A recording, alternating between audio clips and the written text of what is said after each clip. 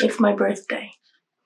Today is October 16th, and hopefully this episode of the podcast will go up on the 16th as well. I just need to edit it.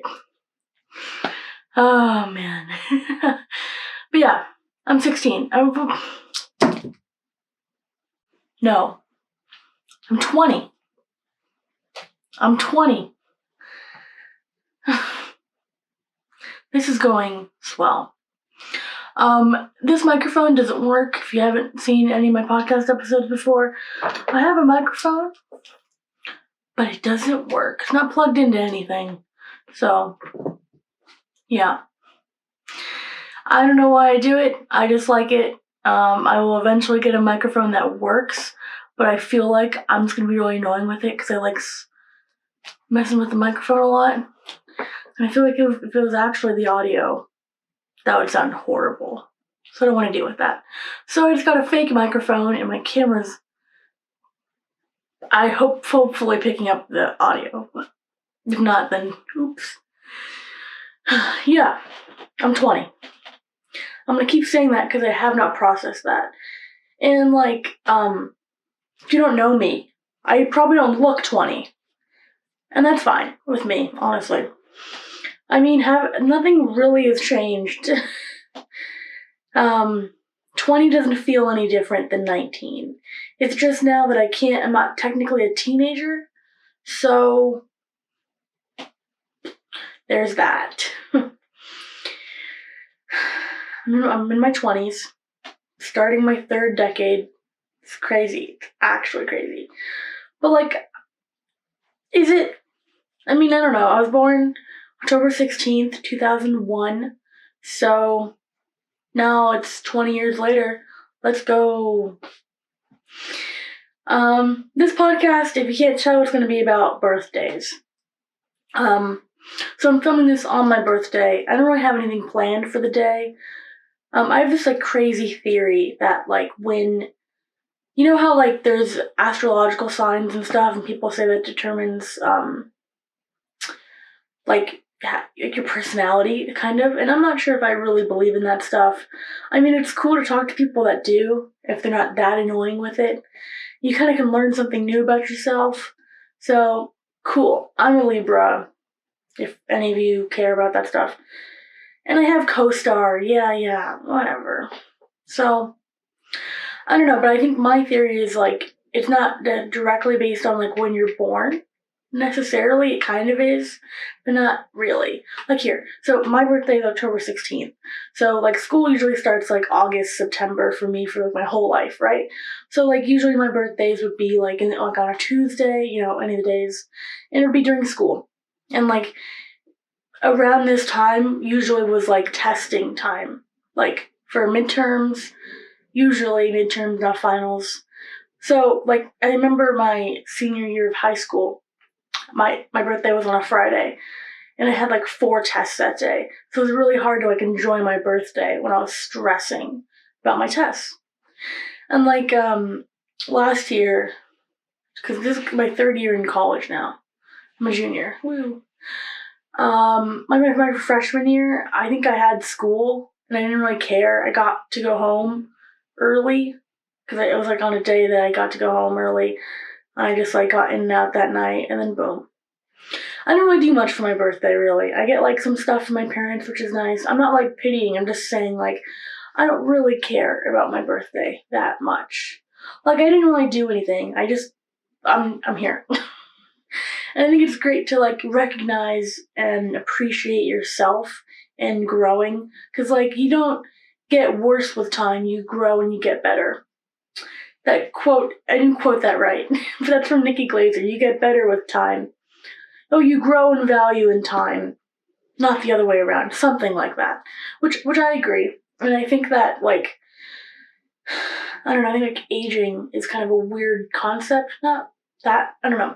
I just think that when I turned 18, there wasn't a huge shift from my 17-year-old brain to my 18-year-old brain. Not really. And now, then 18 to 19, I kind of felt a shift, I think because the pandemic. I think just everyone matures at a different level, so it's really hard to Because like people, like my grandfather asked me today, like, oh, do you feel any different? No. No. The hell? No. I'm the same person I was yesterday, who's 19, and now I'm 20. How it works. So, I don't know. I wonder where I'm going to feel old, because I don't feel old yet, because I don't think I'm that old, but I'm the oldest I've ever been, and I'm the youngest I will ever be, starting now. Crazy. I don't know, I don't feel 20 yet. I think I just barely felt 19, and now I'm 20, and I feel like that's how the years are going to go by. Like, probably quicker and quicker. Oh my god. Anyway, this podcast is just going to be a lot of, like, I don't know, thoughts. So I have 20 questions on my phone. I texted them to myself because I'm 20, so I want to answer 20 questions. Why not? 20 questions, haha. But not the game 20 questions, just answering it. And maybe when I turn 25, I'll do the same thing. And maybe when I turn 21, 22, 23. 20, I mean, you don't really, so the thing about 19 and 20, you don't really get anything cool, right? Like 19 especially, I had this whole idea to like make it my sweet 19, because I didn't get a sweet 16. And like, I don't know why 16 is such a big deal. 17's not a big deal either. 18, you're an adult now, so like, kind of a big deal. 19, nothing happens when you're 19. Nothing really happens when you're 20 either. 21 is when you just drink. So, what the hell? This is just... So, there's nothing to do, really. So, besides answering these 20 questions that I got, some of them are a little deep, and some of them are just not so deep. But you probably, if you have a birthday, which I assume you do, I think you do, if you want to celebrate it, maybe do this to yourself, or like if you want, or if you are feeling very, like inward, reflective, maybe you want to think of your answers as well. Alright, I've been rambling for way too much, and I have 20 questions to answer, and you can tell I talk a lot, so I still want this podcast to go up tonight. So let's go. Okay. Where do you want to be so this is a three-parter question. Where do you want to be in 1 year, 5 years, and 10 years? As I said, I'm a junior in college. I keep almost saying high school. There's this movie called Shiver Baby. I'm obsessed with it. Love it. And I relate because, like, at one point, the character thinks that the main character is, like, a senior or just graduated from high school. Oh, boy. I relate to that. She graduated from college. That's gonna be me. I'm gonna be graduating from college at 21 years young. Whew. Crazy. And I still look like this. I'll probably still look like this. God, you know what's good though? I could play a teenager, so Netflix, hire me. Mm-hmm. But also, not right now, as soon as you pay your workers fairly. Mm-hmm. Yep. I read. Kind of. Whatever. I'm not gonna... Just make this about my birthday, eh? The world's falling apart. That's them. Ugh. I'm so close to falling apart. Oh my god. But it's fine. Okay, where do you want to be in 1 year? I will be a senior in college. I hope to be... Well, I'll probably be in midterms a year from now. I want to have my summer job again that I got over summer, so I'll hopefully have a little bit more money. I only have like $2,000 right now, and it's a very loose $2,000, because it's not that much. But anyway, I hope to have a little bit more money. I'll probably be just as busy, and I think what I kind of hope for myself a year from now is to, like, I don't know, have more trust in myself. Right now, I'm like assistant directing and like kind of just being like a side character, I feel, in some of the stuff I'm working on. I mean, I like it because I don't think I have enough like experience yet to like fully lead a project by myself. So I hope in a year from now I have more experience, or I have more trust, probably both, have more experience and trust in myself to lead projects. Like, I just made a short film with my friend Brady. You can check it out on my main channel called Death Gives You Pumpkins. It was like a minute and a half, and that was a lot of fun. We shot it in one day. I edited it.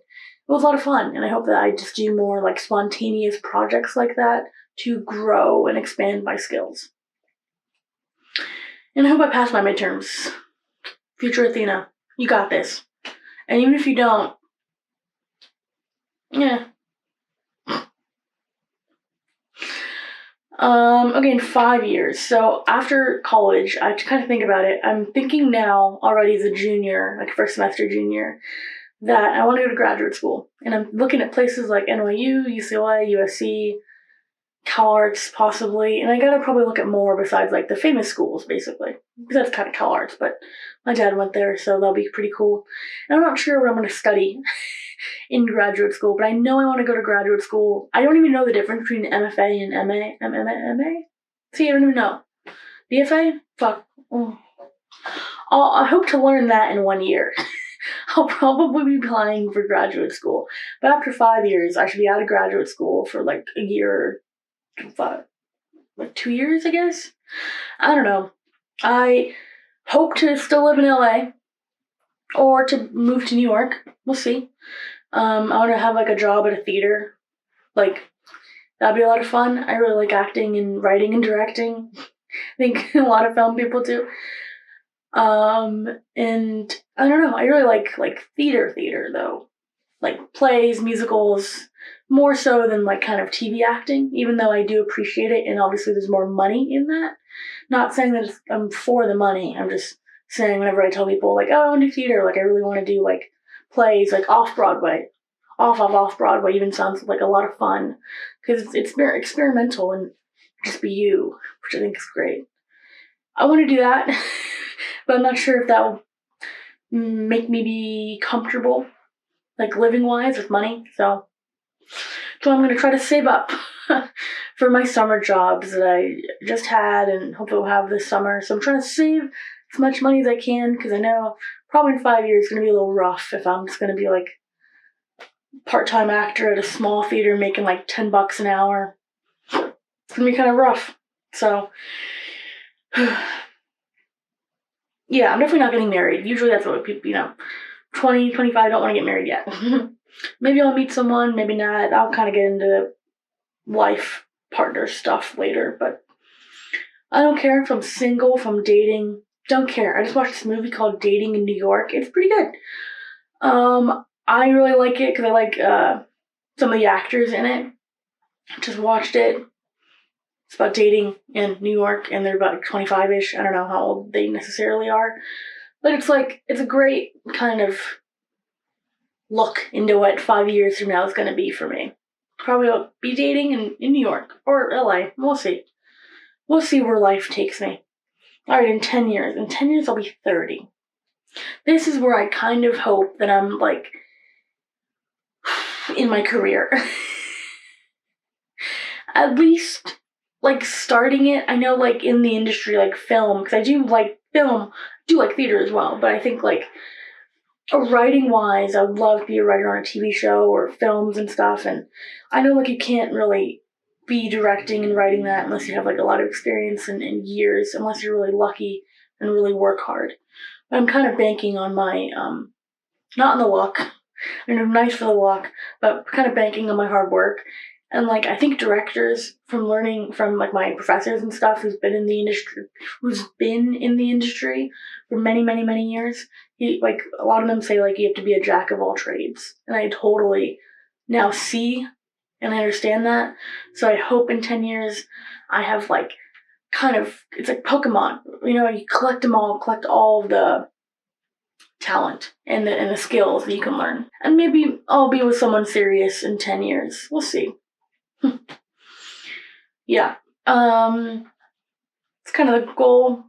Oh, and to probably be a little bit more well off than I will be at 25. Have a little bit more money. Just like, probably not more than a little bit. I'll probably be broke at 25. Hopefully not so broke at 30. Alright, that was the first question. What are you most passionate about? See, some of these questions, I'm only 20, right? And, like, I'm the oldest I've ever been, and I'm the youngest I'll ever be. And I think I do have some knowledge on some stuff. But overall, a bozo. Really, I'm an idiot. Passionate about. I mean, right now I'm doing a lot. If you know me from school, you know that I'm doing way too much, and you're probably wondering, like, why and how and what. And I'm, like, overworking. So, like, I'm not sure if I'm a workaholic. I think I would call myself that, but maybe not publicly. Like, this is public, but this is, like, I choose what I keep and what I cut, you know? So, I think I'm a workaholic, but also, again, I always say, like, I don't see anything that I do as work. I see it as, like, again, little stepping stones to where I want to be. And one of the goals I'm passionate about is TV, movies, film, television. Movies and film are the same thing. But in order to see TV again, oh my god. Basically, the arts is what I'm really passionate about. And I'm really grateful at like, coming into college. There wasn't really a big question on what I wanted to do. Coming into college, I'm happy that there wasn't really, like, a big question on what I wanted to do. I kind of figured it out. And I probably gotta delve deep into, like, why I want to do the arts, because low key, kind of high key, I think anyone in the arts is low key. I think anyone in the arts is a little bit egotistical and kind of a narcissist in some way, because the arts is all about having attention. And for me, I think I was kind of originally, like, when I was younger, I didn't really know if I wanted to be an actor. I mean, kind of everyone wants the fame and attention when you're young, and people kind of stick with wanting that as they grow up. But as I was growing up, I kind of wanted to be an architect. And then, because I really liked art and a teching, and honestly tech, but, like, that's not architect. Yeah. Bad joke. I really liked art, and I liked kind of problem solving and, like, managing stuff. Like, when I came out of the womb, my mom said that I was, like, a mini director, which I think will always kind of stick with me, because I'm always, like, maybe not out of the womb, but you know what I mean. It's kind of weird how she tells the story, but I was kind of, like, telling the nurses what I wanted. Oh, because I was born premature, and I was hospitals kind of a lot when I was really, really, really young. Anyway, but I had just, like, a commanding presence. Like, it was annoying for sure. And now I think I kind of took the, like, kind of bitchiness out of it, or, like, arrogance. Because, like, when you're young, right, and you want milk, you're gonna scream for it, right? It's our basic needs is what I wanted. But now, like, me being like, give me a iced coffee, stat. It's not a basic need. It's a want. There's a difference. Also, I'm not sure if I would never tell anyone that, but I don't really like coffee, so that's not even what I would get. And that's, like, such a dick move. I always have water with me. Anyway, why am I... Yeah, so I'm just happy that I know what I'm passionate about from, like, a pretty well-developed age to think that I want to be a writer, like, at least, like, a screenwriter or, like, plays. I'm majoring in screenwriting, so that's a lot of fun. And I think I kind of did that over, like, any other options in film, because a lot of people in the film program I'm in keep switching majors, hip and hopping, popping over to different, like, emphasis, kind of. Like, I always knew I wanted to do writing, and it also makes sense in my mind, because that's pre-production.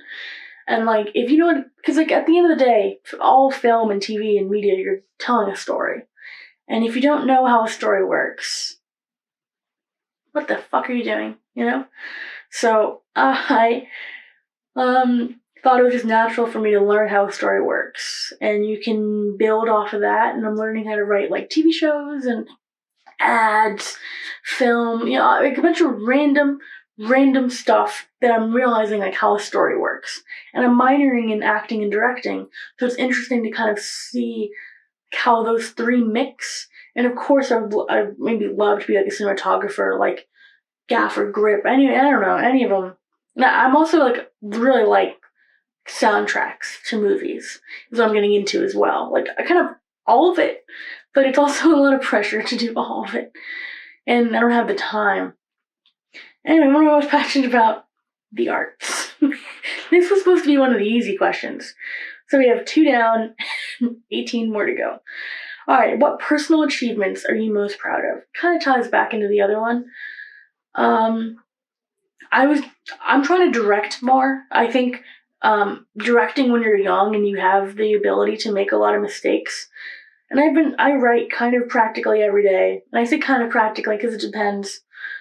At least once a week, I'm writing something like for a passion project of mine. I have many TV show and film ideas and like short film and even like a freaking like podcast musical. Not really. I have an idea, but I haven't like really started on that one. But like, there's gonna be a million ideas, and I'm kind of most proud of me sticking to writing. Like, I'm in classes with other screenwriting majors, and kind of what people's attitudes towards writing is that they're only going to start writing when they feel inspired. But if you write every day, you'll feel inspired more and more. It's a muscle. Like, one of my mentors, Andrew Schaefer, always says, you don't have to write every day, but he encourages it. Because you also got to get used to deadlines, and you just write every day. It's a habit, and you won't look at it like, oh, I gotta write today. That's what you're supposed to be excited for. That's what you want to do in life. So why should you look at it as a chore? My bad. I'm really proud of myself for I made 2 short films, Toy Car and Death Gives You Pumpkins. And I directed Toy Car and I co-directed Death Gives You Pumpkins. And I'm really proud of myself and kind of my ability to communicate. Obviously it wasn't that great because I'm still learning, but I'm glad that I did something, even though like I didn't have to. I kind of did, but I did. Class. You gotta kind of submit stuff. Toy Car was for class, and I had a great time, and I think I did pretty well considering I changed topics like 2 weeks before it was due or something crazy like that, week and a half before it was due. Maybe it was a little bit more, but still, I had an idea I was working on for like a month, and then I was like, no. And I tried a genre that I have no real experience in. Horror movies, thriller movies, I have no clue. I don't really watch them. Probably need to get into those, obviously, as a film student, but I didn't at that time, and I'm kind of getting into it now because it's October. Ooh. I just saw Malignant. That's all I watched so far. And then the other thing I'm most proud of is I directed my own play. It's a Zoom play, but still, it's called Stand Up Guy. It's on my main channel if you want to watch it. And I think what was so good is that I like made it about something I'm passionate about. And it's about stand-up comedy. I'm a huge fan of stand-up comedy. So I really want to do it one day. I'm not sure when, because Zoom and stuff, but I'm looking at Zoom shows. I know how atrocious they can kind of be. And I'm trying to just get a car and drive myself to a stand-up show, but I'm also pretty nervous.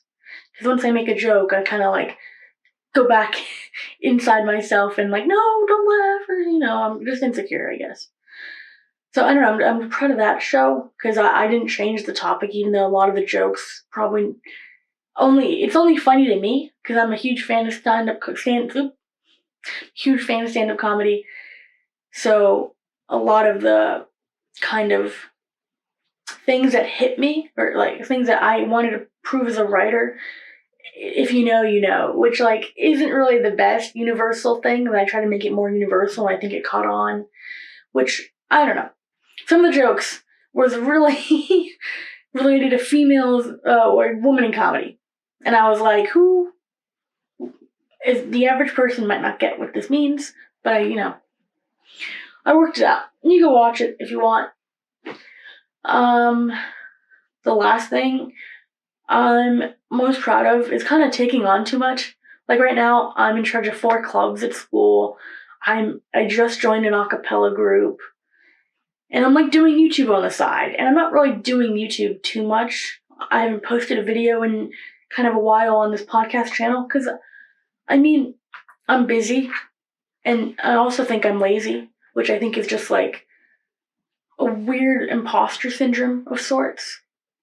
So I know I'm doing a lot, and I know that sometimes I need time for myself. And I think I should channel that myself energy into less of just watching so many TikToks and more into actually producing stuff and making stuff, rather than just passively watching stuff during my free time. I think both is good, but I think if 90% of your free time you're just like kind of lying there being like, kind of get the ratio sorted out a bit more. All right. The next question is, what is success to you? You meaning me, and also you if you want to answer. Put all your answers in the comments if you want. Success. I don't know. There's this great TED Talk by Julianna I just saw.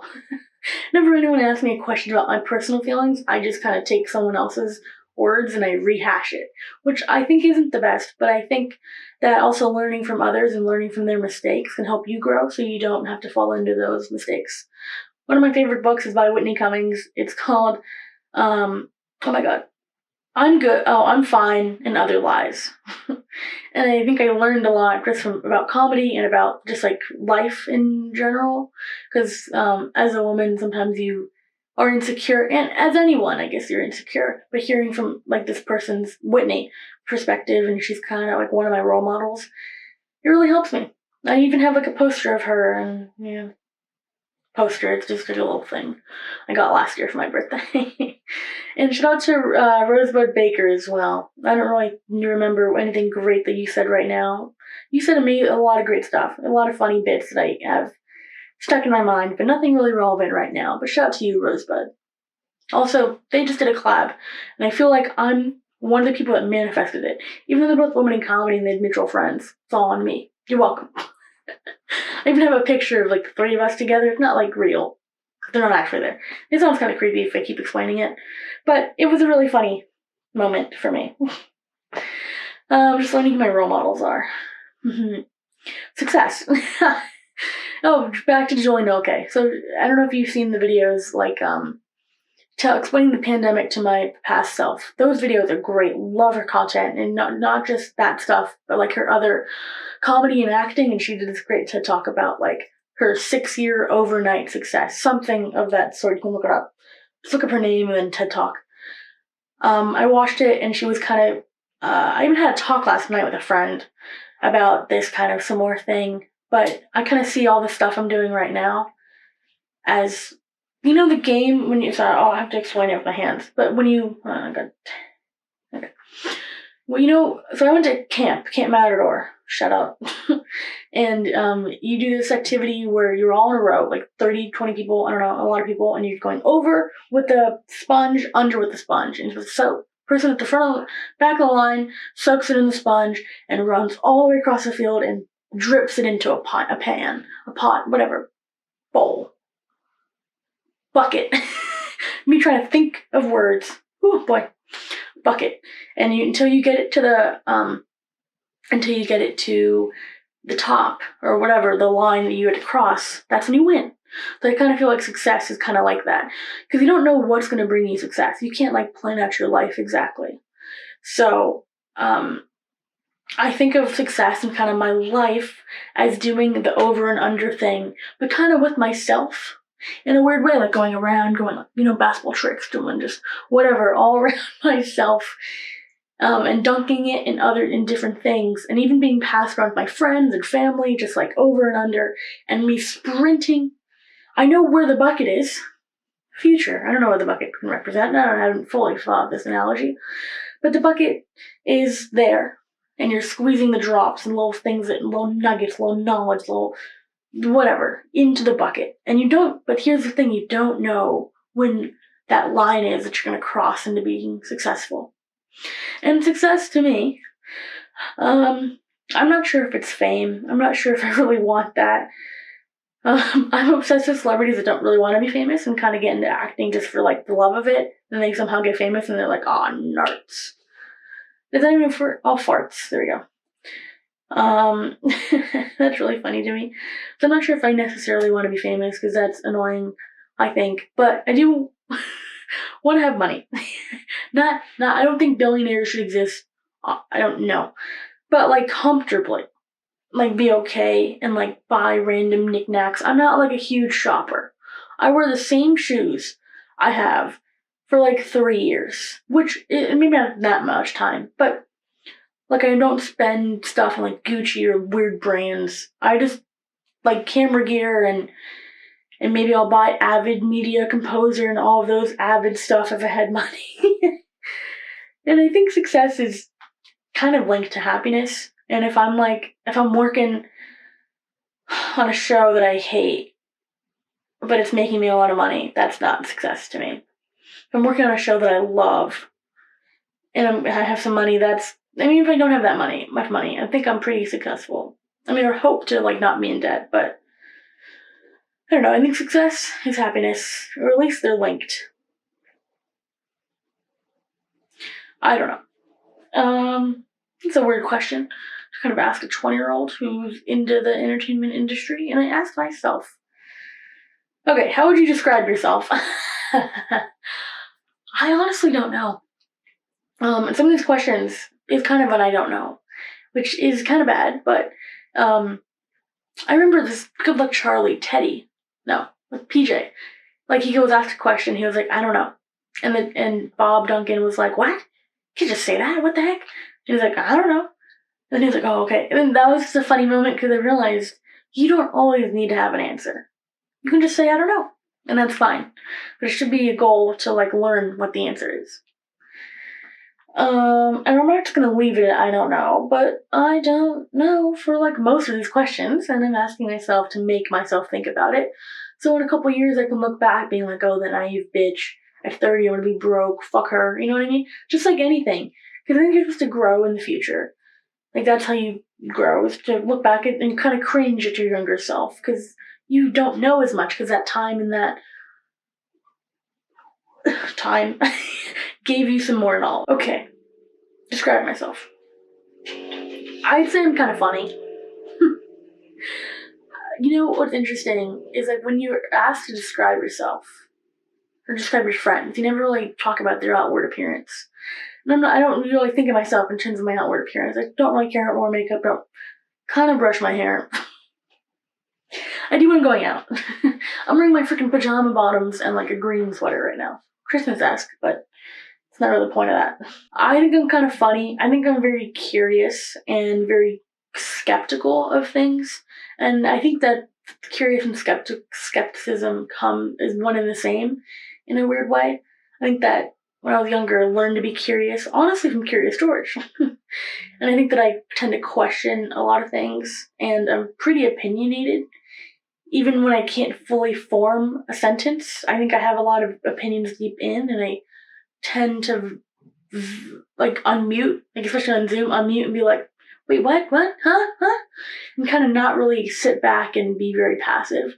Depends though on what it is, because I'm passionate about it. I'm gonna be pretty annoying about it. I also describe myself as pretty annoying. And I think only I and my parents and maybe like close friends can call me annoying. Because once you know someone, you don't know that they're really annoying. You could think that one aspect of them is annoying until you actually get to know them. Hope that answered my question sufficiently. Oh, I think I'm not sure if I'm pretty brave, but I'm pretty cool. And the next question, am I happy?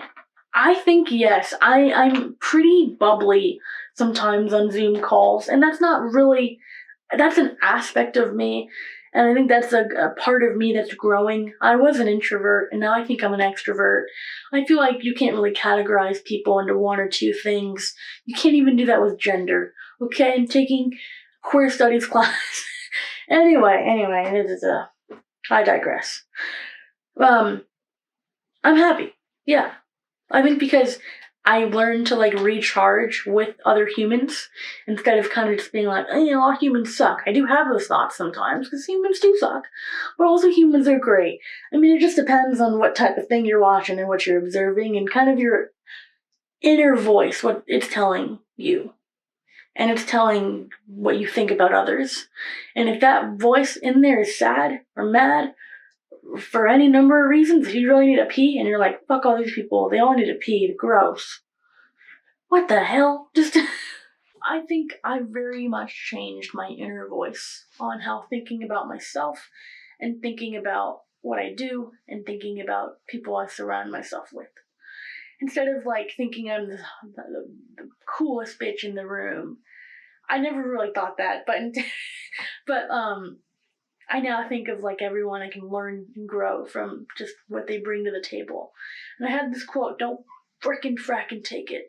But everyone brings something to the table so we all can eat, If you have mashed potatoes, you shouldn't just be eating your mashed potatoes. Eventually you're gonna get sick of it. Someone else brought the gravy, mix that shit together, man. Not in a dating way, really. I mean, you could.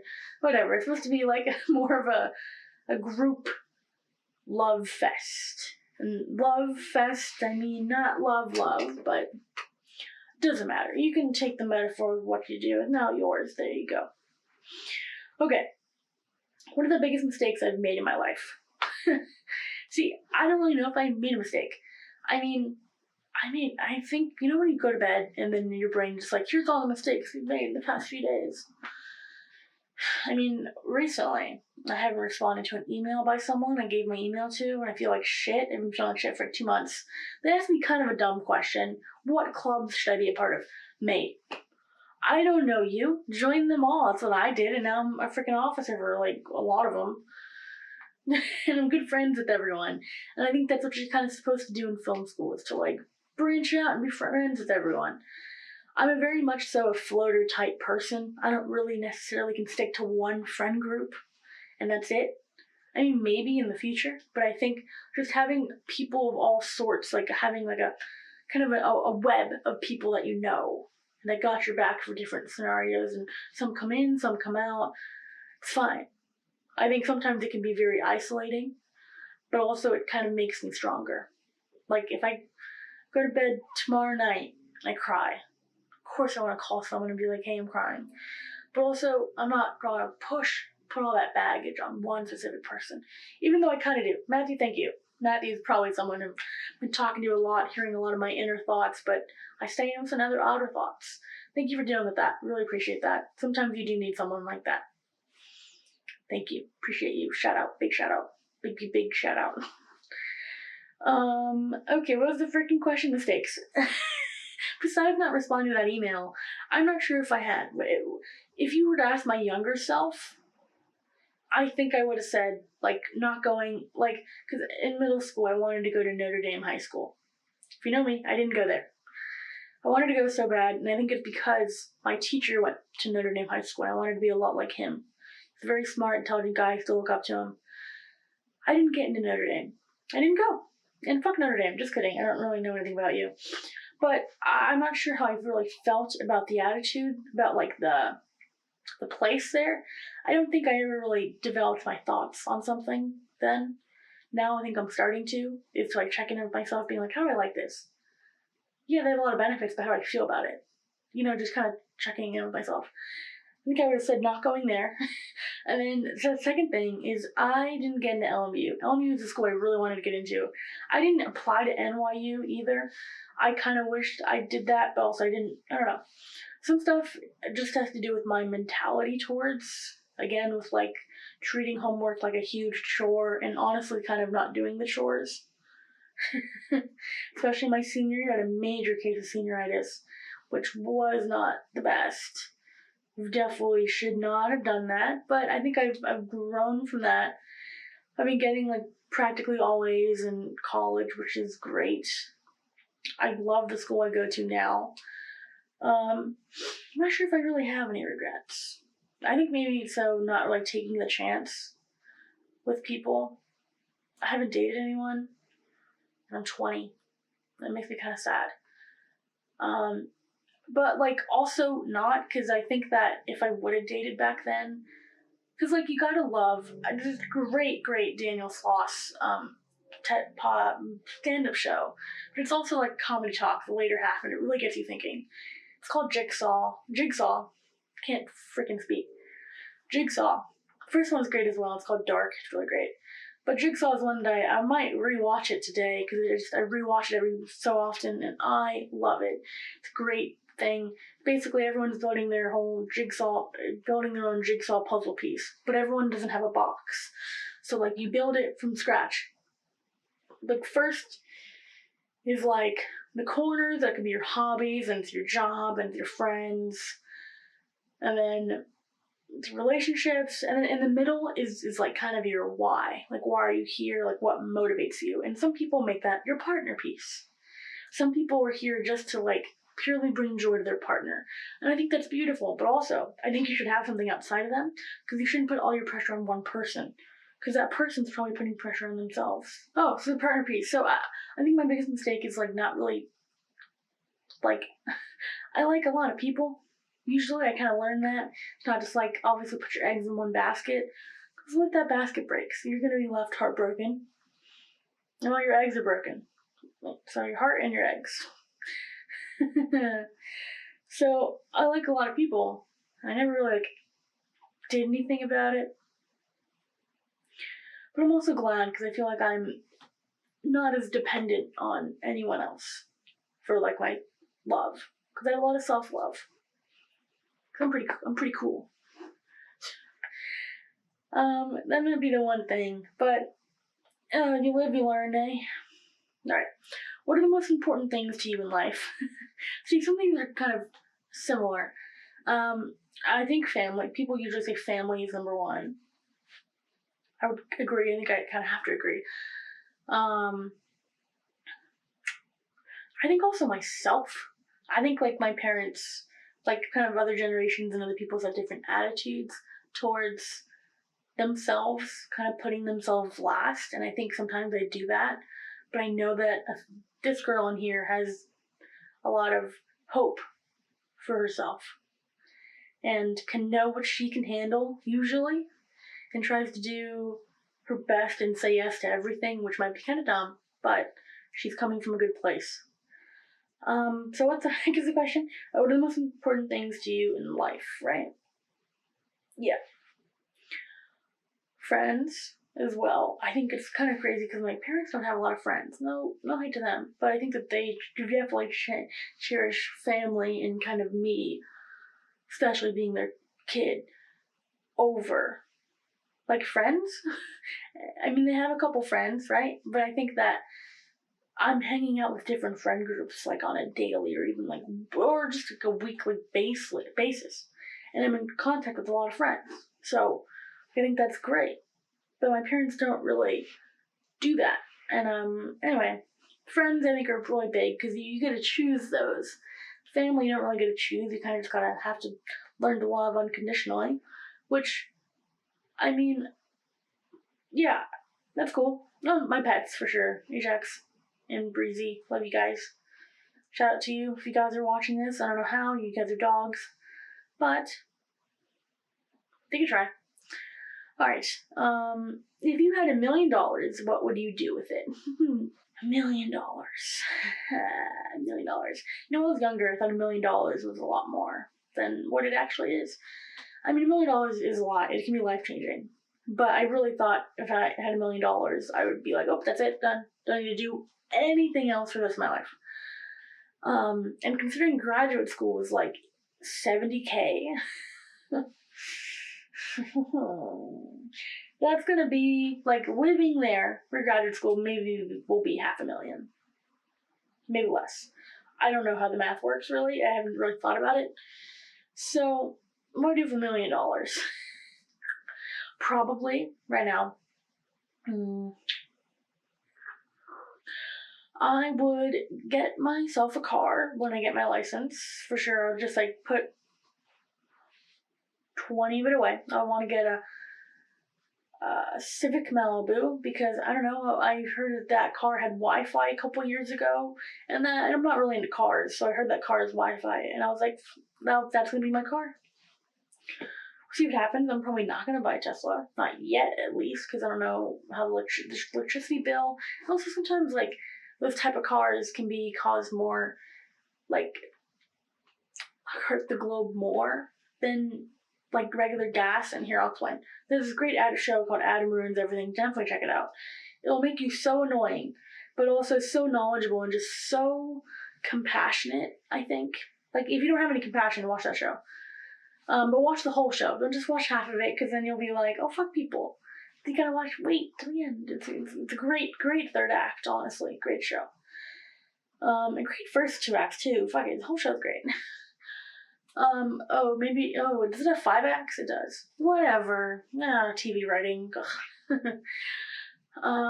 that 7? Oh my god, I gotta stop. $1 million. I would probably want to, I want to probably get another place out in LA, because I might want to, like, if I was to move there my senior year of college, that'd be pretty cool if I had, like, my own place. Even though, like, I live 5 minutes away from, like, my college, I'm kind of dumb, but if I had, like, a place to go to on the weekend to be, like, writing songs, coming soon, like, singing, kind of like a studio of sorts, or if I can, like, rent out a studio for a bit. Because, like, my room is great, but also, like, the privacy there is kind of gone. My parents hear everything I do, and sometimes that kind of feels judgmental, even though I know it's not. And I feel very in the open in my room, even though this is a safe space. Like, I live here. I think just also kind of getting out of my house and, like, going to a new space where I know it's just for creative work. I could just sit at my desk and watch TikToks. Like, what the hell am I doing there? But if I had to go up and go somewhere else to do my work, that'd be great. Also, I probably wouldn't do that. Maybe just save the money to, like, get a place if I'm going to graduate school in New York. Kind of a waste of money. A car for sure. My parents do maybe want to get a new house. Sell this one maybe, so maybe I would help towards that. And obviously, donate some of it. I don't know why I did that. That should have been probably my first thing. And they're probably thinking, oh, what a shithead. But, like, if it was $1 billion, for sure I would donate half of it already. Like, billionaires should not exist. But $1 million, I think I'd probably try to donate at least $25,000. At least. To different organizations and kind of see where I want it to go, and definitely research the donations. I know when people get money, like Mr. Beast, he would make videos about, like, giving money away to, like, homeless people, and that's great. Obviously, it's great. But I think you can kind of, like, get a big head, and people think, oh, he's so nice. Or David Dobrik, like, giving money away. Oh, he's so nice. Look at him. He's getting content out of this. Like, it's not for, like, his own personal, like, not necessarily. See, that's the weird thing of philanthropy, because it's, like, public philanthropy, and, like, it's great to be like, oh my god, if you just like this tweet, you get $1 million. Dude. You're also, like, gonna get a lot of fucking likes, a lot of followers, a lot of money from that. It's not necessarily so selfless. And I also, like, I'm not sure how taxes work, so I definitely don't really want to, like, be that tax bitch who's just like, oh, the government, I'm just gonna, like, say fuck you to the taxes, and, you know, I don't want to, like, be shady with money. I'm just an idiot, so, like, the FBI, don't come for me when I fuck up my money. I'm trying to be a good person, I swear. It's just I'm an idiot, so, yeah. At least $25K, probably more, to different organizations. I just gotta do kind of my research on it. I definitely probably would not want to start a donation thing, because, like, that's a lot to keep up. As I said, I'm an idiot who doesn't know how to work that stuff. So, I should have really said donate it first. I feel like a prick. $1 million is a lot of money, could help a lot of people. Also, I don't even have $1 million, so this is such a big theoretical question. And I think, like, basically, when people ask that question, I want to see how much, like, of a capitalist you are. And, you know, you can't really hate the player in this game. Don't judge anyone based off that question. See what they do when they actually get money. You know? I also probably would not tell anyone. And I can assure you, though, I can say I don't have it. And you might be thinking, oh, that's exactly what a person would say when they do have it. Girl, if I had $1 million, this mic would be real. Gotta say. But don't also assume when I get a new mic that I do have $1 million. Honestly, I should just buy one. I have, like, how much is the mic? If it's more than, like, $75, I'm not gonna get it. I have like a cap on stuff. All right. Oh, you know what I really want to do with money though? I think I know. There's a local pet shelter. I want to do like local stuff. It's great doing like global stuff, but probably not in terms of the Trevor Project and like Black Lives Matter and like those type of organizations that do great work. But I also want to like help local stuff around my community.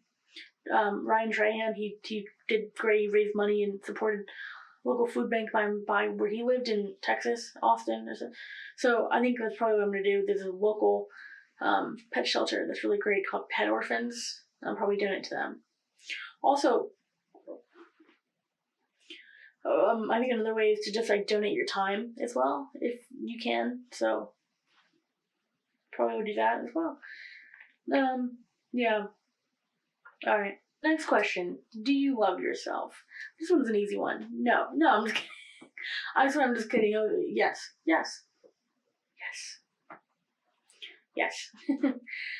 Some things that I do judge myself, and I think that's fine, but I think I genuinely do love myself. And it's been kind of a journey, if I'm honest. But the past few weeks, it's been really good. Do love myself. I'm like, holy shit, man, you're pretty cool. Which is great. So yes.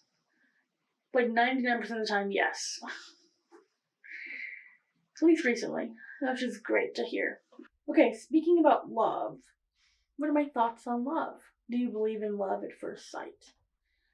I haven't been in love. Do I believe in love? Yes. But I also believe that you can fall out of love with someone. And I think what some people mistake as love at first sight is lust. And I think if we're being honest with ourselves, that at first, like, you look at someone and you have to be, like, physically attracted to them. Like, the first look is, like, where you're like, ooh. And then the personality is what, like, brings them in. And makes them stay, you know? Makes yourself stay, I guess, whatever. And I think at first, like, we can ignore the red flags because we're in lust, and there's actually a word for it, and I forgot it. So I learned it from Adam Ruins Everything, but I didn't learn it because I forgot it. Oops. Yeah. Love at first sight. I mean, maybe. I mean, I think I'm in love with like everyone I meet, so that's great. But I know I'm not. They're just so cool, and I'm like, oh shit, they're cool. So, love at first sight. I don't know. I feel like they would sweep you off your feet and you wouldn't be able to talk. But also, that's not the greatest thing, because how will they like you back if they don't even know you? I think love takes time. I think I learned off TikTok that every relationship starts out as platonic, and it's honestly been changing a lot of my views on my crushes. Like, usually, one or two things happen. One or two, usually, with my crushes. I see someone and I'm like, ooh, they're cute. Ooh, I like them. And then because I like them, I want to talk to them. I want to get to know them. Being like, what red flags can I find?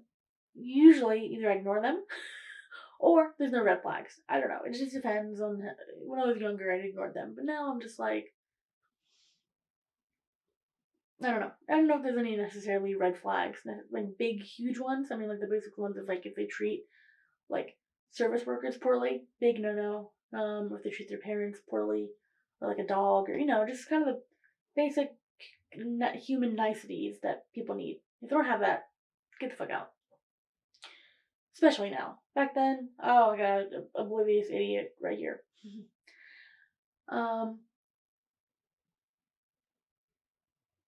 What is love?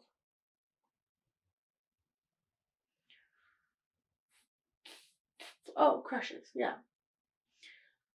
So then after I like someone, I'm like, oh, they're intriguing. I'm gonna talk to them and I get to know their personality more. And then we become friends. And then I'm like, oh, okay, we're friends. Because, like, you kind of crossed over from, like, there's no real thing, like, friend zoned, really. But I kind of don't see them as like, ooh, I want to date them, and more so like, oh, this person's cool, I want to hang out with them. And like that can kind of titter tatter over like which run that falls over. But I think it's more of a spectrum. And then I'm thinking like, oh, our friendship's great. I don't want to like ruin the friendship by like asking them out, because then that's like another like kind of curveball in our friendship, and I'm totally fine with where we're at. That happens so many times. Oh God. Then the other thing is like, I become friends with someone, just straight up friends, and then I get to know them, and I'm like, oh, they're cool. I like them now. God damn it. Usually falls into like, oh my god, they're so cool. It's usually like once, it's so stupid. Maybe it's a female brain or something. But I'm friends with someone, and then they start dating someone, and then I'm like, oh, you can date someone? Oh, what? You're like, you have feelings like that? What the hell? What? Yeah, what? And then they break up, and I'm like, oh shit. So now you're single, and I guess it's like we want something that we can't have, even though we could have it, but that's just bad. And oh my god. Oh. That one doesn't happen that much, thankfully, because that can be complicated, and you kind of fighting your own internal demons there, and it's so fucking stupid. Because it's like, I think it's like different than lust. It's like greed, I guess. It's so dumb. It's so dumb. Thankfully, I don't think I have any of those anymore, but definitely a couple years ago I did, which was so stupid. Wouldn't recommend that one.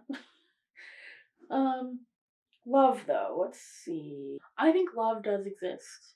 Like, I think my parents are a pretty great example.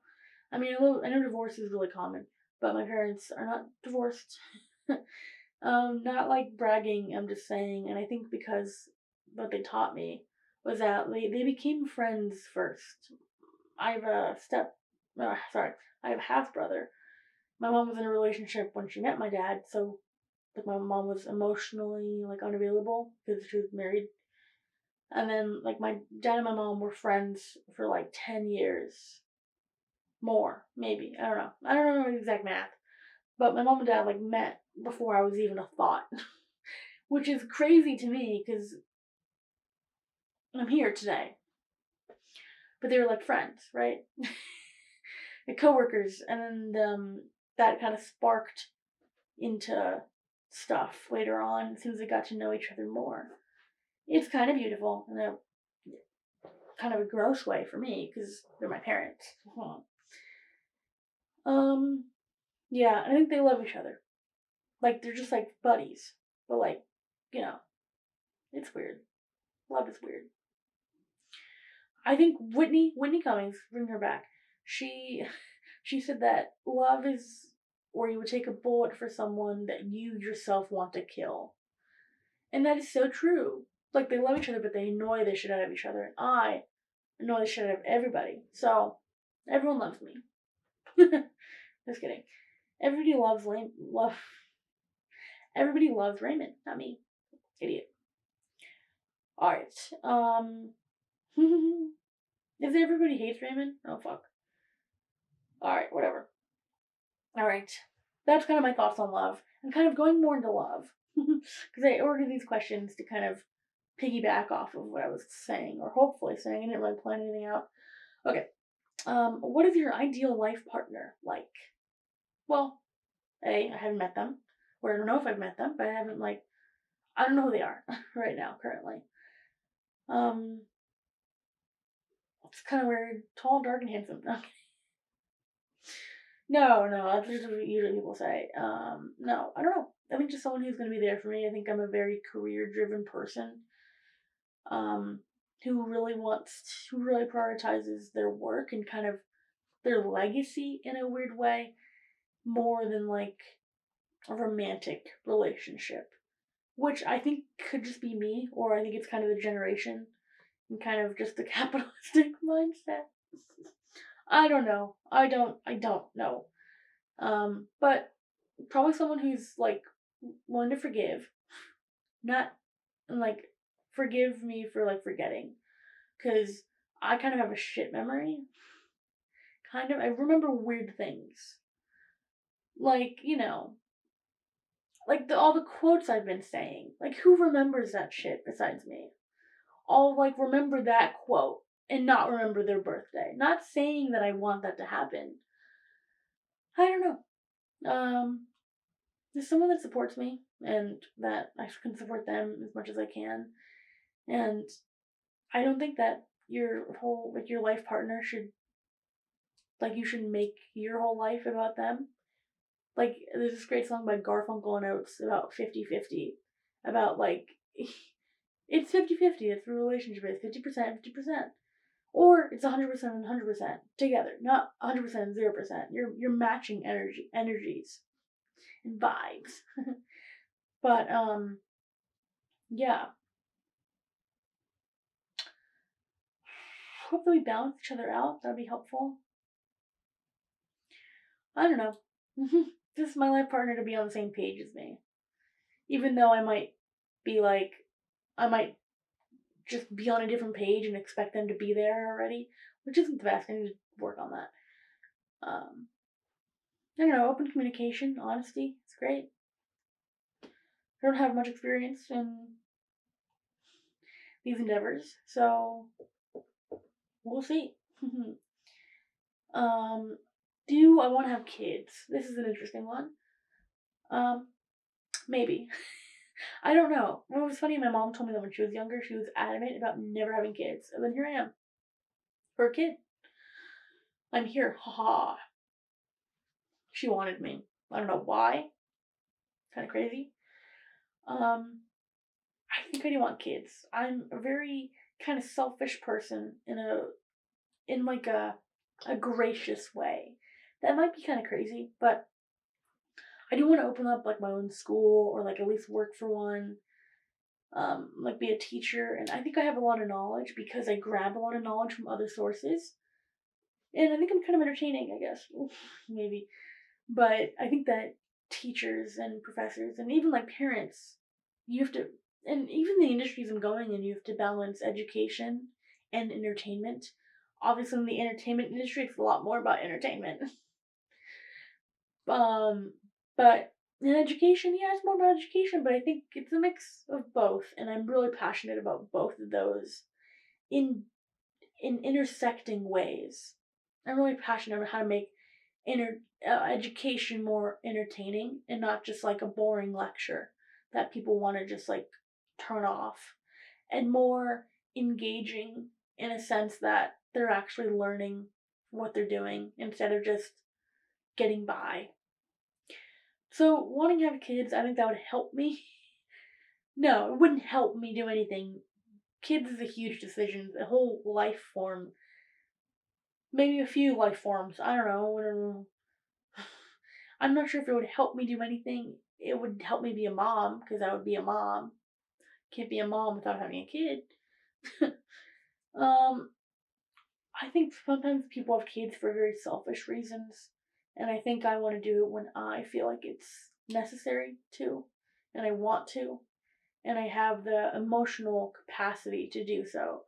Because kids are annoying, and how annoying I am. And even like working with kids, I'm like, oh my god, thank God you're not mine. Because like, it's kind of annoying. Not that they're bad necessarily, it's just that like, it's a full-time job, and if I'm already passionate about my other job, how can I have two jobs going at once? So I don't know. I think I do want to have kids. Kind of at a later age, not like 25 or 20. Definitely not 20.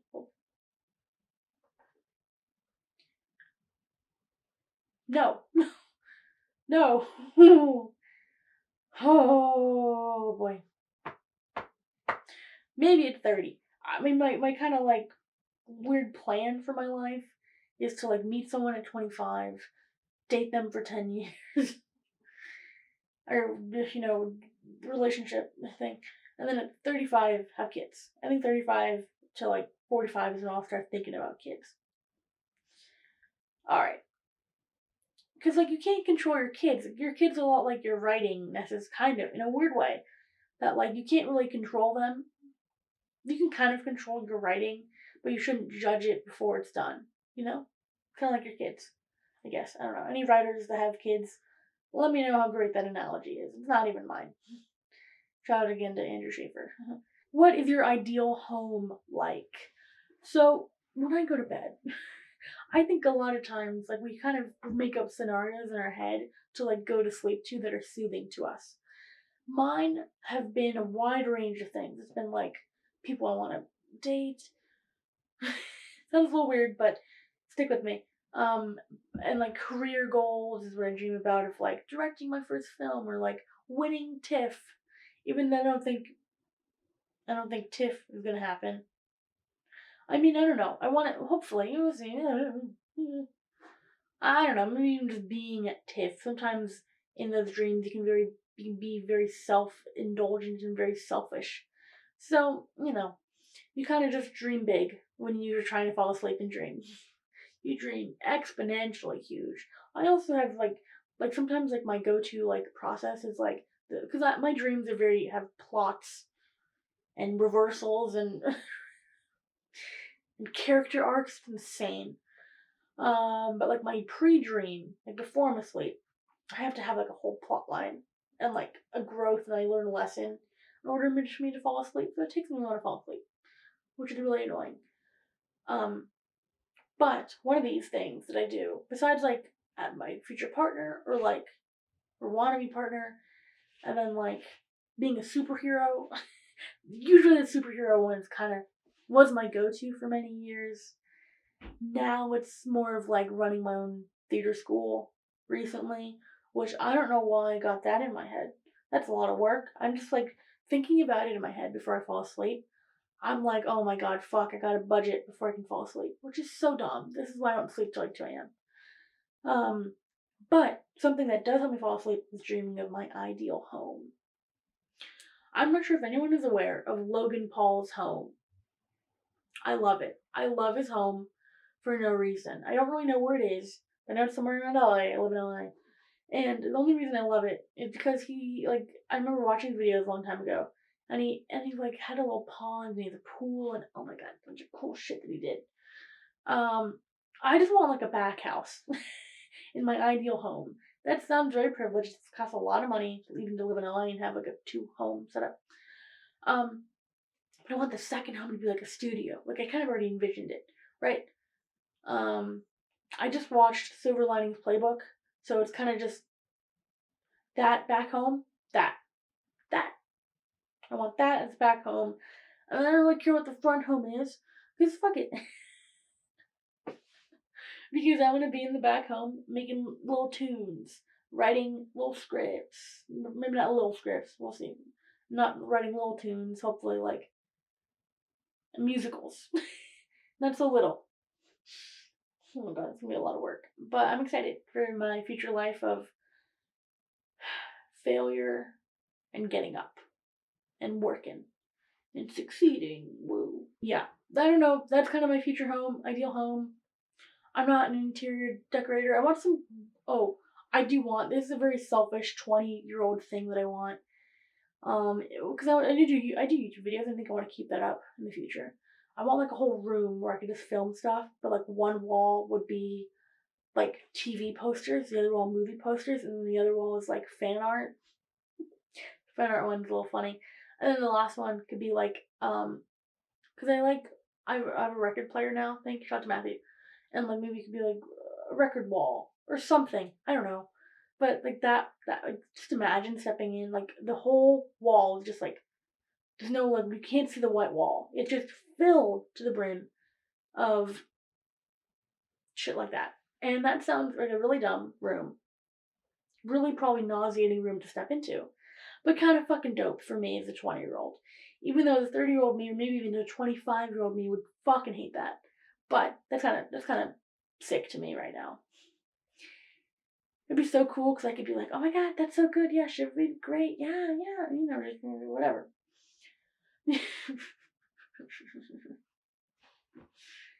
I'm probably never gonna do that because I'll probably grow up out of that. But also, like in my house, I'd have like cool artwork and shit. Maybe not really expensive artwork because I think that the whole art culture thing is kind of dumb. But if I like it, I like it. And I like getting street art. Honestly, it's a lot of fun. Like when I went to Greece, I love getting the street art there.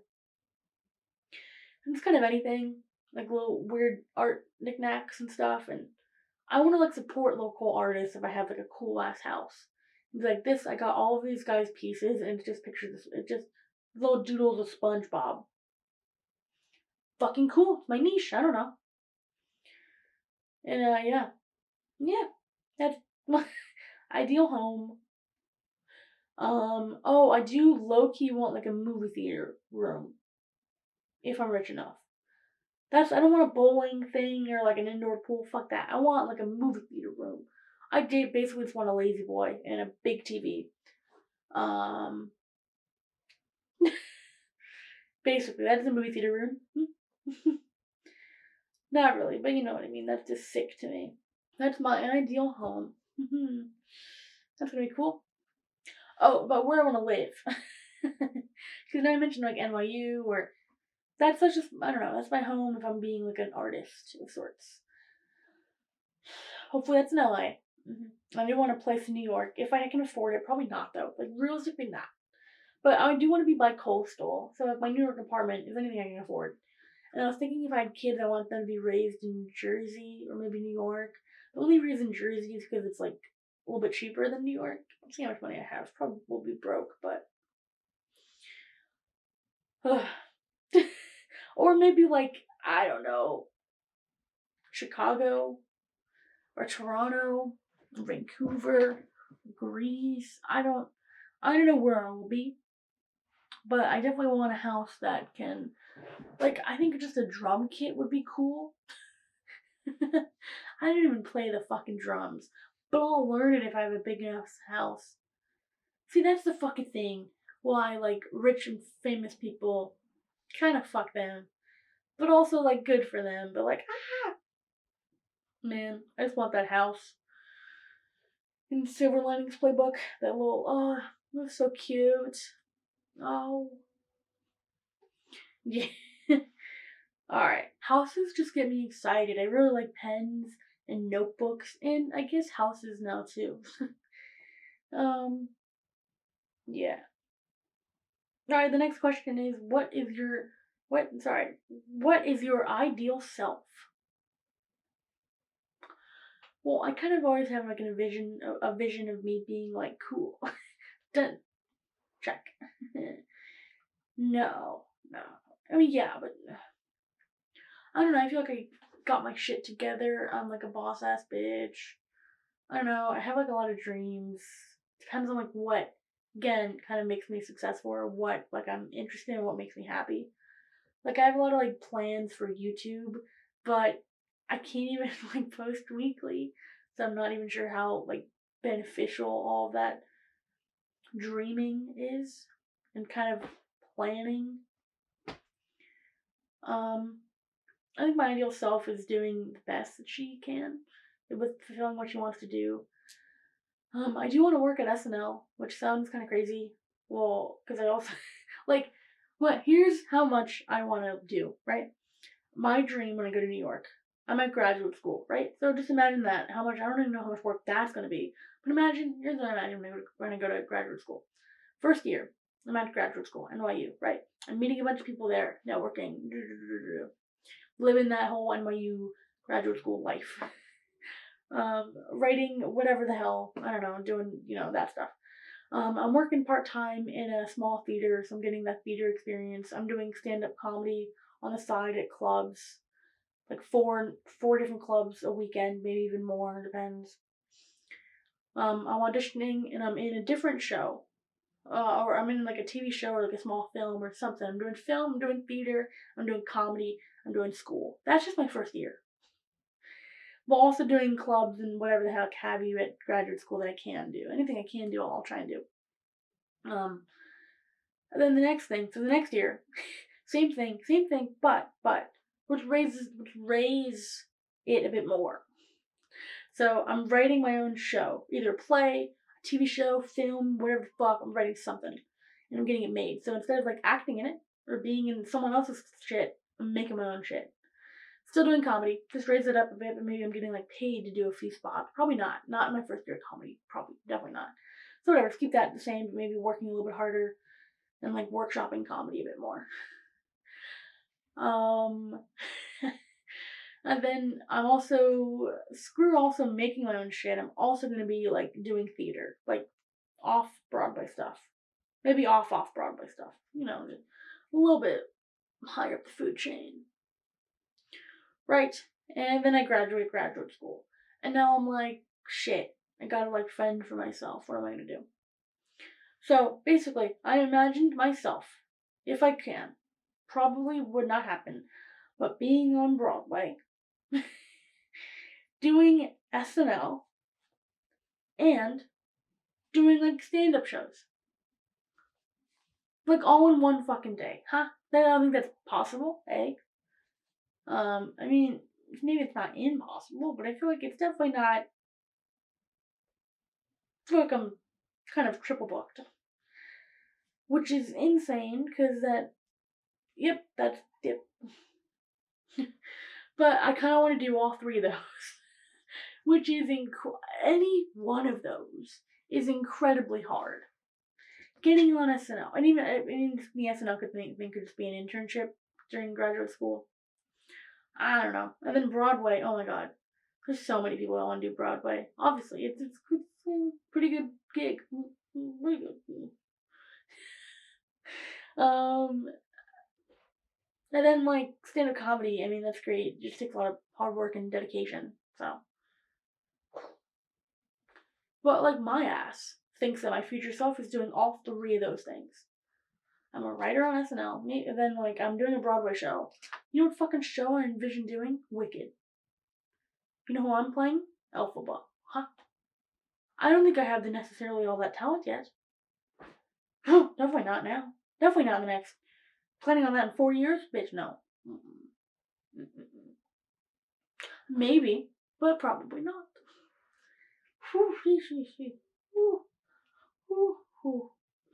So, my ideal self has a lot of expectations on her for no reason. I hope she's doing okay. I hope my ideal self, honestly, being realistic, just does one of those things pretty well.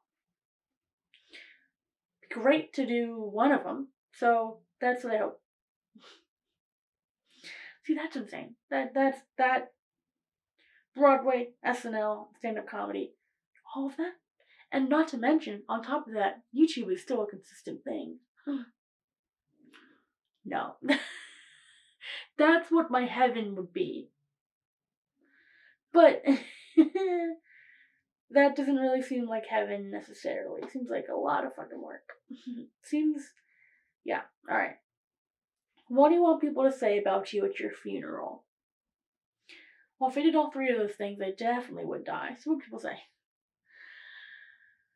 I don't know, that I made kind of their lives more interesting, at least. Maybe not better, necessarily, because it's a lot of pressure to put on someone. I do want to make the world better.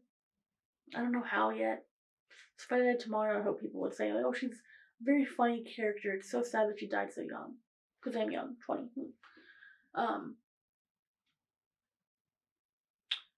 Yeah, I would say I die in 10 years. 30. Right? Oof, sad. Oof. I guess just in general, I hope that people say I was a very interesting character, and it's really sad that they lost me. Oh my god. This feels very Fault in Our Stars theory. I don't know. I don't really want my funeral to be necessarily so sad. I don't want people to take a moment to be like, fuck, she was pretty cool. Rip. Like maybe more than just that, like 10 seconds. But like 10 minutes. And then I'll be like, okay, move on with your life. If you like cry for a solid 10 minutes when I'm dead, that's fine. 10 minutes is good enough. Go on with your own shit. You can't be sad forever about someone. I mean, when you lose someone, yeah, I think you can. But, like, I don't know.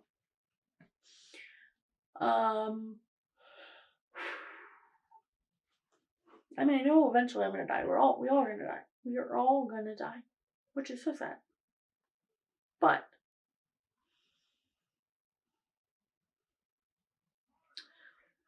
I hope that I accept it. I mean, when I'm dead, I'll be dead, so I'm not sure if I have to accept it. Hope other people accept it and kind of are like, well, she did so much crazy shit.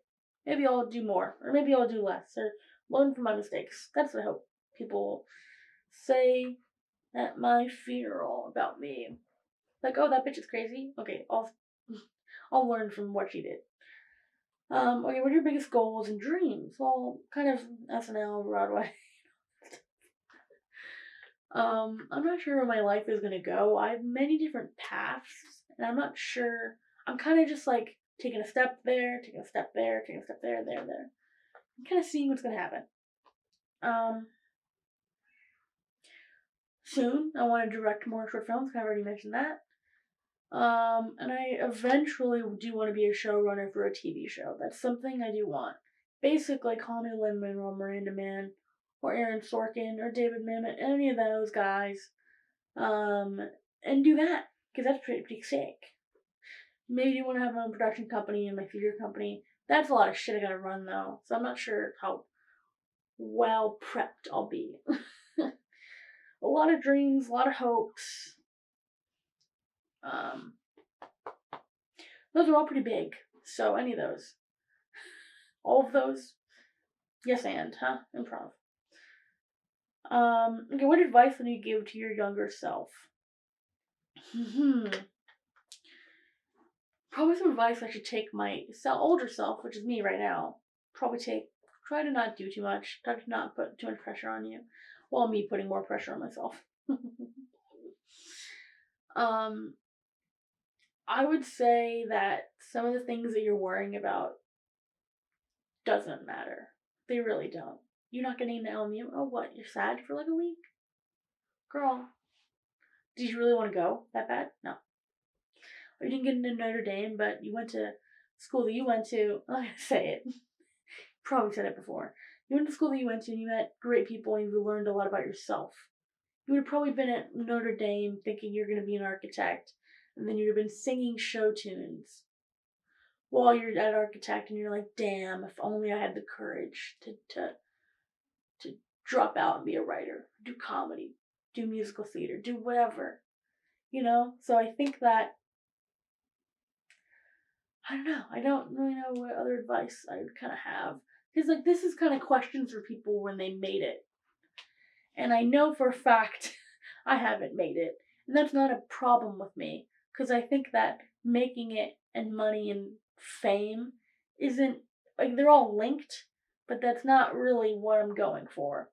I'm going to make stuff that I'm proud of and that will hopefully be a positive impact on people, rather than me just getting rich and being on people's mind for like 15 minutes and then doing whatever. That's not really what I want to do. So I know it's going to be a slow grind. And I think just me thinking that and not so planning my future so precisely in my head and getting upset when one little thing falters. Like when going into high school, I thought like I was going to meet the one and it was going to be like High School Musical. It was not. I was kind of like Troy Bolton, as in I did theater and basketball, but I was shit at both. I was a shitty version of Troy Bolton, so it was High School Musical in that sense, in a shitty off-brand way. So I think my biggest advice for my younger self, if you're listening, if somehow this is possible for you to listen to, I want to tell you that I love you. You're doing great, kid, honestly. Keep it up, man. I don't want to, have a huge butterfly effect thing. So, keep going. Have faith in yourself. Don't put too much faith in your future self, because your future self is just you right now with a lot more of decisions that were made. Some dumb, some smart, and some okay. And you gotta make sure you digest all three of those. Godspeed, young one. Alright. Just two more. What is the meaning of life? It's a pretty light question. I don't know. I'm gonna pull PJ, and I don't know. I think about it sometimes. There's this book called The Game that I want to adapt into a movie so badly. Please do not take it, please. There's only a couple books in my life. I read a good amount of books in my life, but that one is for sure one I want to adapt. So do not take it, please. There's only two other ones I want to adapt. I think one of them I can't really do. So, just because of personal reasons. Anyway, um, hmm, um, meaning of life. Such a easy question to answer. I don't know. I don't know. And I used to think about it a lot more than what I do now. And I think it's just like, if you get mad at every single day, I don't think you should like give up on life necessarily. But I mean, you should definitely change it if you're unhappy. Change what you're doing in life if you're unhappy. Meaning of life. I wish it was something simple, like hot dogs or something simple, but I don't think it is. I think it's honestly like that Jigsaw piece. Daniel Sloss said it great, so again, watch that. I think we're all just trying to figure it out. I think it's better if you figure it out together. Science and shit is really cool. Find out what you're passionate about and do it. And be a good person. That's the meaning of life. Alright, well, what is your why? What is my why? What's my life purpose or mission? I think it's just to create. I think that's also like a personal thing. It's just for me to create stuff. It's just like an outlet for me. I think human beings as that we need an outlet because society tells us to keep it in. So we need a way to push out, okay? It's kind of like my artwork and just everything that I do. If I don't do it, I'm constipated and that sucks. And I word vomit a lot. And I'm just gonna shit out whatever I can. And I think that's kind of my why. Is to just shit out some shit. Do I know why? I think because I want to. Because I feel like I need to in a weird, selfish way. Why is to also make other people happy in a weird way, to kind of be relatable in a sense and bring comfort to people, because life can be uncomfortable. And I think I have a great way to just comfortize, that's a word, spaces and projects and stuff. Hopefully I'll keep that up. But I think I'm a very chill person. And I think that that's really great for me and hopefully great for others when they work with me. Yeah. I'm not sure how else I can answer that question. Life purpose is to kind of keep doing what I'm doing. Trying to make a lot of content so people can feel seen. And I know it's weird for me to say this as like a white person who's seen like characters and people that I've related to on screen. But I think as a person who wants to do better is to help like represent people that haven't been represented. Jesus Christ, I can't talk.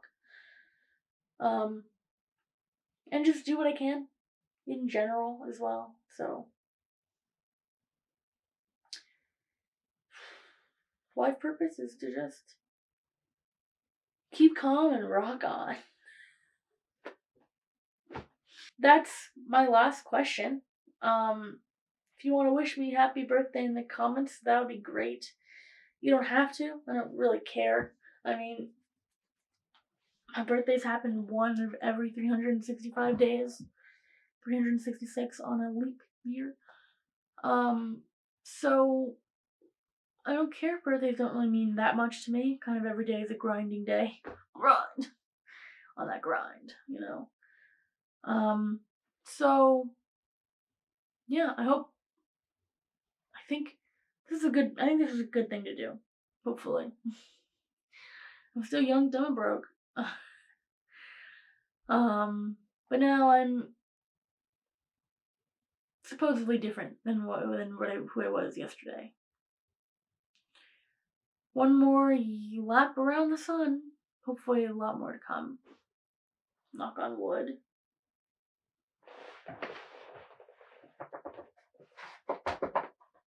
I just knocked on wood.